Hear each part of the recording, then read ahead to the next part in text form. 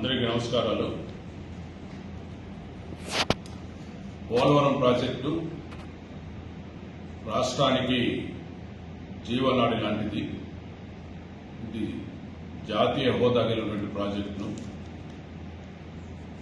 గౌరవ నారా చంద్రబాబు నాయుడు గారు ముఖ్యమంత్రిగా ఉన్నప్పుడు పోలవరం ప్రాజెక్టు పైన ప్రత్యేక శ్రద్ధ తీసుకొని ప్రతి సోమవారాన్ని కూడా పోలవరం వారంగా మార్చుకొని అధికార యంత్రాంగాన్ని కాంట్రాక్టర్లందరూ కూడా పరుగులు పెట్టించి పనులు చేయించడం జరిగింది. 2014 నుంచి 19 మధ్య కాలంలో శ్రీ చంద్రబాబు నాయుడు గారి ప్రత్యేక శ్రద్ధతో సుమారు 72% పనులను పూర్తి చేయడం జరిగింది. అయితే జగన్మోహన్ రెడ్డి ముఖ్యమంత్రి అయిన తర్వాత ఈ ప్రాజెక్టుకు కష్టాలు మొదలయ్యాయి. రివర్స్ టెండరింగ్ పేరిట కాంట్రాక్టులను మార్చి అందులో జోక్యం చేసుకుంటూ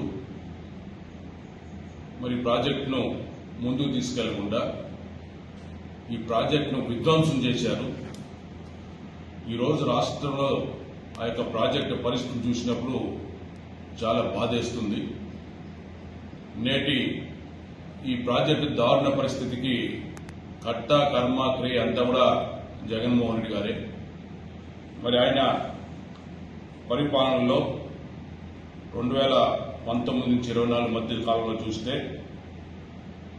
వాళ్ళేమో 8,629 కోట్లు ఖర్చు పెట్టాము, 24.94% పనులు చేసామని చెప్పుకుంటున్నారు. ఇది పచ్చి అబద్దం. వారి 5 ఏళ్ల కాలంలో కేవలం 4,167 కోట్లు ఖర్చు పెట్టారు.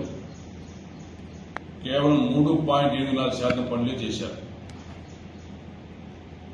ఈరోజు వాళ్ళు పరిస్థితున్నప్పుడు జగన్మోహన్ రెడ్డి యొక్క పరిపాలన కాలంలో సుమారు 15 నెలల పాటు పనులు చేయకుండా గాలి వదిలేసి పూర్తిగా కార్యక్రమాలను స్తంభింపు చేయడంతో వచ్చినటువంటి వరదల వల్ల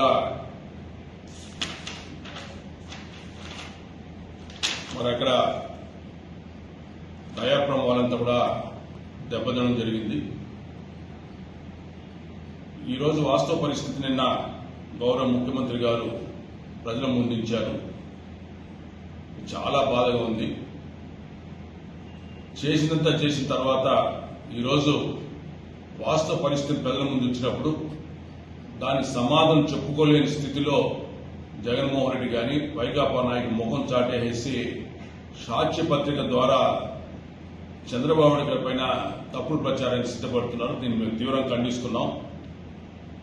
ఈరోజు చంద్రబాబు నాయుడు గారు చేసినంత శ్రద్ధగాని మీరు తీసుకుని ఉంటే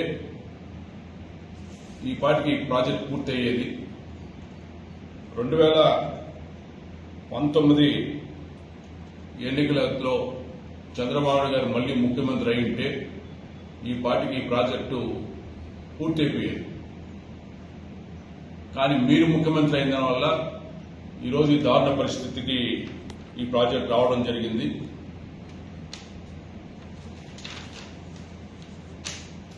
అయినా కూడా చంద్రబాబు నాయుడు గారు ఇప్పుడు దానిపైన పూర్తి సమయం కూడా కేటాయిస్తూ ఎన్ని కష్టాలు ఎదురైనా కూడా ఈ ప్రాజెక్టు పూర్తి చేయడానికి కంగనం కట్టుకుని పనిచేస్తున్నారు. ఇప్పటికే కూడా విదేశీ నిపుణులు రప్పించడం కోసం చర్యలు చేపట్టారు. ఈరోజు కొంతమంది విదేశీ నిపుణులు కూడా వచ్చి ప్రాజెక్టు పరిశీలన చేసి అక్కడ జరిగినటువంటి దారుణ పరిస్థితులను అన్ని కూడా క్షుణ్ణంగా పరిశీలన చేసి ఏ విధంగా ఈ ప్రాజెక్టును పనులు ముందుకు తీసుకెళ్లాలో కూడా తగిన సూచనలు ఇవ్వడం జరుగుతుంది. వారి సూచన తీసుకున్న తర్వాత కేంద్ర ప్రభుత్వంతో కూడా చర్చించి కేంద్ర ప్రభుత్వ సహకారంతో ఈ ప్రాజెక్టు ముందుకు తీసుకోవడం గౌరవ ముఖ్యమంత్రి గారు కూటమి ప్రభుత్వం ప్రత్యేక శ్రద్ధ తీసుకుంటుంది. ఈరోజు జగన్మోహన్ రెడ్డి యొక్క దాహానికే ఈ ప్రాజెక్టు బలైపోయిందని చెప్పక తప్పదు. ఈరోజు రాష్ట్రాన్ని నాశనం చేసినట్టుగా పోలవరం ప్రాజెక్టును కూడా వైకాపా ప్రభుత్వం నాశనం చేసింది. మరి ఇప్పుడైతే తప్పుడు ప్రచారం ద్వారా మీరు చేసిన అవినీతిని, అసమర్థతను కప్పిపుచ్చుకోవడానికి ప్రయత్నిస్తే ప్రజలు అంగీకరించడం ఈ సందర్భం తెలియజేసుకుంటూ, వాస్తవాలు ప్రజలు తెలుసుకుంటున్నారు. తెలుగుదేశం ప్రభుత్వం అధికారంలో ఎప్పుడున్నా కూడా ఇలాంటి ప్రాజెక్టులకు ప్రత్యేకమైన శ్రద్ధ తీసుకుంటుంది.